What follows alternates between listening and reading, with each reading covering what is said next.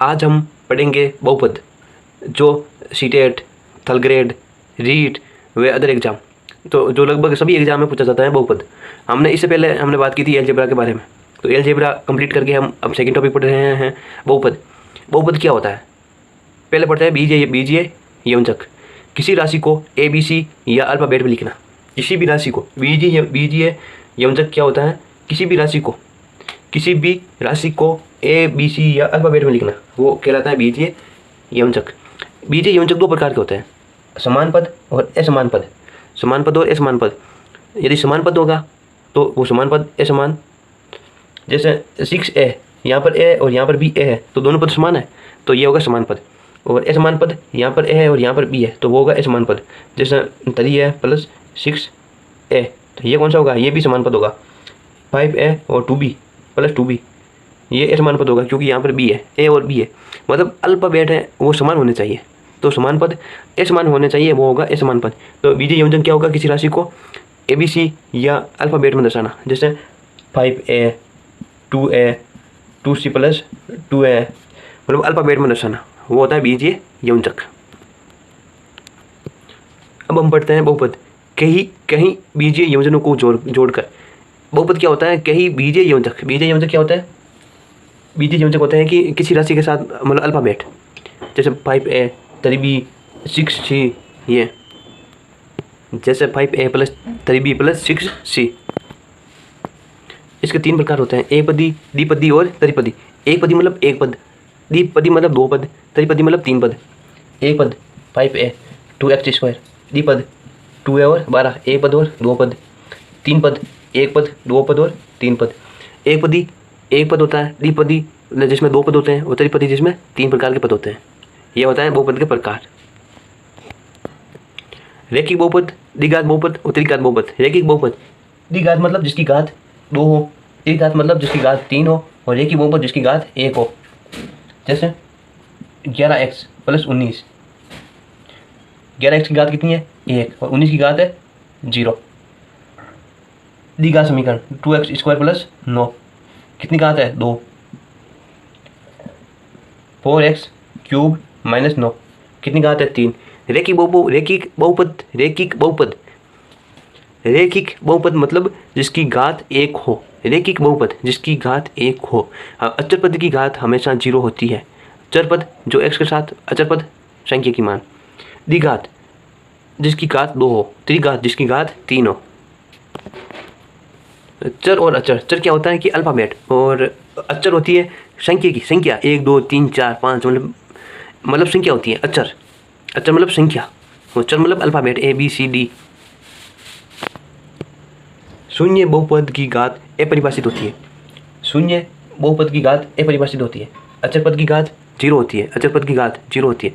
अब बहुपद के शून्यक, मतलब जितनी घात होगी उतने ही शून्यक होंगे, जितनी घात होगी उतने ही शून्यक होंगे। जैसे 5x² माइनस 9, तो कितनी घात है? 2, कितने शून्यक हो गए? 2। अब पढ़ते हैं अभाज्य गुणनखंड।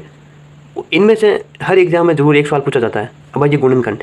जैसे रीट, सीटेट, थर्ड ग्रेड आदि में एक एग्जाम तो जरूर पूछा जाता है कि या तो अभाज्य गुणनखंड की संख्या पूछ लेगा, या सम संख्या पूछ लेगा, या विभिन्न प्रकार के अभाज्य गुणनखंडों की संख्या, या सभी प्रकार के अभाज्य गुणनखंडों की संख्या क्या होगी। तो हम ये क्वेश्चन करते हैं। पहला है अभाज्य गुणनखंड की संख्या। अभाज्य गुणनखंडों की संख्या क्या होगी? तो हम एक एग्जाम्पल ले लेते हैं 12 का अभाज्य गुणनखंड 2 6 2 3 3 और 1, मतलब 2 की घात 2 और 3 की घात 1। अभाज्य गुणनखंडों की संख्या निकालना है, तो हमको क्या करना है? टोटल देख लो कितने अभाज्य गुणनखंड है? 3। 2 प्लस 1 बराबर 3। तो अभाज्य गुणनखंडों की संख्या कितनी आ जाएगी? 3। अभाज्य गुणनखंडों की संख्या 3। विभिन्न अभाज्य गुणनखंडों की संख्या, पहला क्वेश्चन किया था हमने अभाज्य गुणनखंडों की संख्या, अभाज्य गुणनखंडों की संख्या, तो 2 प्लस 1 बराबर 3। अब पूछा है विभिन्न अभाज्य गुणनखंडों की संख्या, 2 और 3, कितनी है? 2। 2 प्रकार के अभाज्य गुणनखंड है, 2 और 3, तो वही पूछा है कि विभिन्न अभाज्य गुणनखंडों की संख्या 2। अब पूछा है सभी गुणनखंडों की संख्या, सभी गुणनखंडों की संख्या, सभी गुणनखंडों की संख्या। तो हमको क्या करना है? जो भी घात में है, जो भी जैसे 2 की घात 2 बार है, 3 को 1 बार लिखा है, तो जो घात है उनमें 1 जोड़ के गुणा करते हैं। जैसे 2 प्लस 1 1 + 1 बराबर 3 × 2 बराबर 6, 3 × 2 बराबर 6। क्वेश्चन नंबर 4 है अभाज्य गुणनखंडों का योगफल। अभाज्य गुणनखंडों का योगफल क्या था? 12 2 बार 6 बार 2 बार 3 3 1, 2 की घात 2 और 3 की घात 1। हमको पूछा है अभाज्य गुणनखंडों का योगफल कितना होगा? 3 2 5 2 7। क्या करना है? जोड़ना है। 3 2 5 2 7। अभाज्य गुणनखंडों का योगफल 7। सभी गुणनखंडों का योगफल, सभी गुणनखंडों का योगफल। हमें पूछा सभी गुणनखंडों का योगफल, तो क्या करना है हमको? 1 + 2 की घात 1 + 2 की घात 2 बार। ये 1 तो हमको लिखना है, जितनी बार 2 आया है उनकी घात लगाते चलो ऊपर। जैसे 2 बार आया है तो 1 + 2 1 + 2 2 गुणा 1 + 3 कितनी बार आया? 1 तो 4 5 6 7 गुणा 4 बराबर 28। ये इसका आंसर होगा। हमने 5 क्वेश्चन किए हैं। कौन कौन से? पहला क्वेश्चन अभाज्य गुणनखंडों की संख्या। पहला क्वेश्चन अभाज्य गुणनखंडों की संख्या। नंबर 2 अब पहला क्वेश्चन अभाज्य गुणनखंडों की संख्या। नंबर 2 विभिन्न अभाज्य गुणनखंडों की संख्या। नंबर 3 सभी अभाज्य गुणनखंडों की संख्या। नंबर 4 अभाज्य गुणनखंडों का योगफल। नंबर 5 सभी गुणनखंडों का योगफल।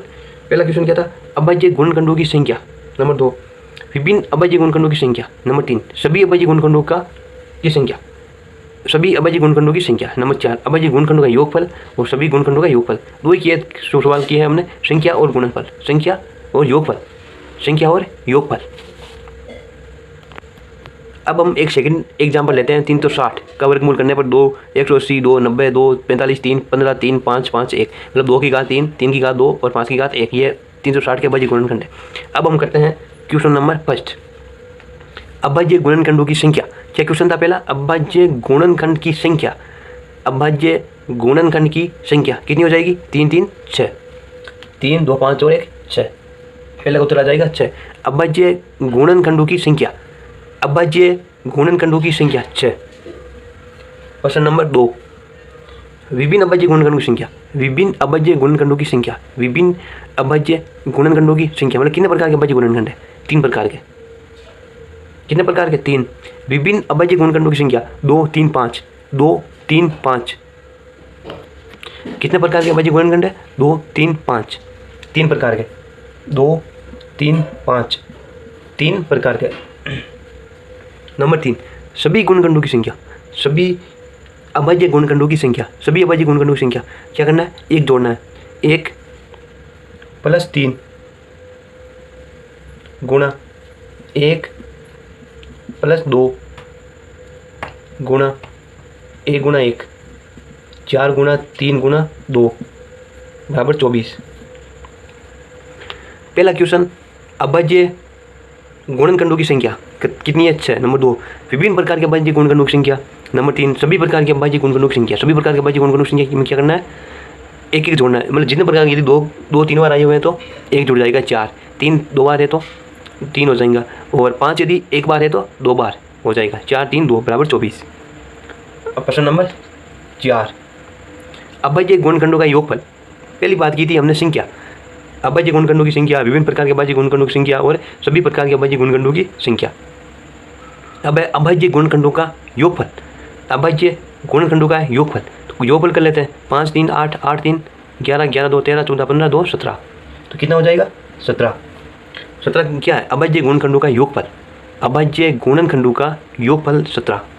नंबर 5 सभी प्रकार के गुणनखंडों का योगफल, सभी प्रकार के गुणनखंडों का योगफल। इस बार योगफल है और वहाँ पर था संख्या, सभी अभाज्य गुणनखंडों की संख्या। यहाँ पर है सभी गुणनखंडों का योगफल, तो क्या करना है हमको? एक तो लिखना है, सभी में एक तो आएगा ही आएगा। प्लस 2 की घात 1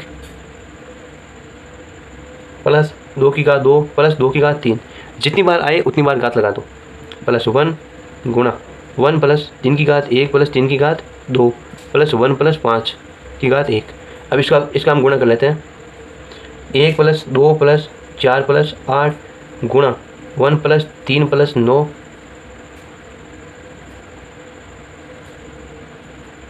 गुणा 5। इनको हम गुणा कर लेते हैं तो लगभग आएगा ये 1170। पहला क्वेश्चन क्या था? 2 3 5। पहला क्वेश्चन क्या था? अभाज्य गुणनखंडों की संख्या। नंबर 2 विभिन्न प्रकार के अभाज्य गुणनखंडों की संख्या। नंबर 3 सभी गुणनखंडों की संख्या। नंबर 4 अभाज्य गुणनखंडों का योगफल और सभी अभाज्य गुणनखंडों का योगफल।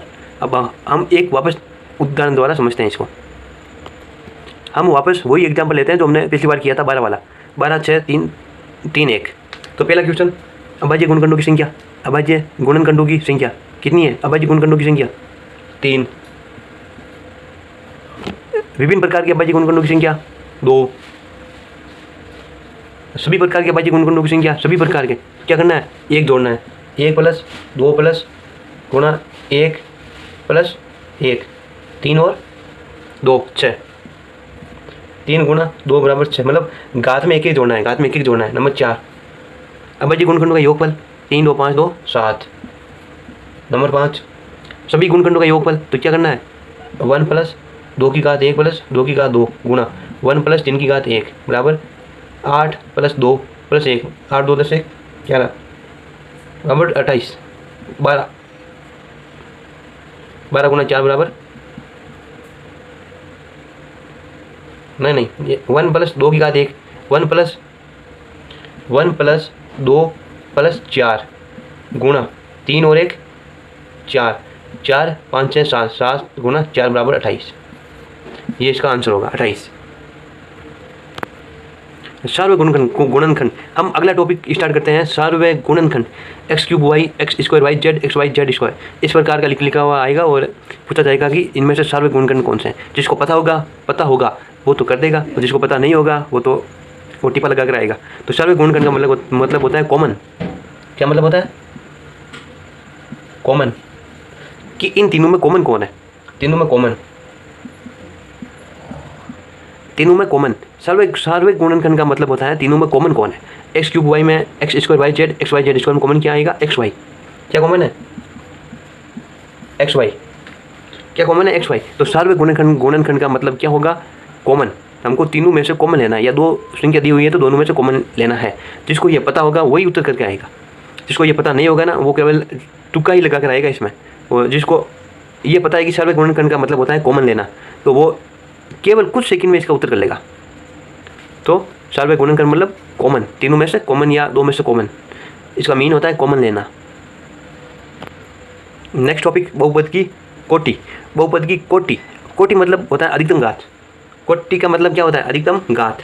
जैसे 3x4 - 2x² - 5x + 5।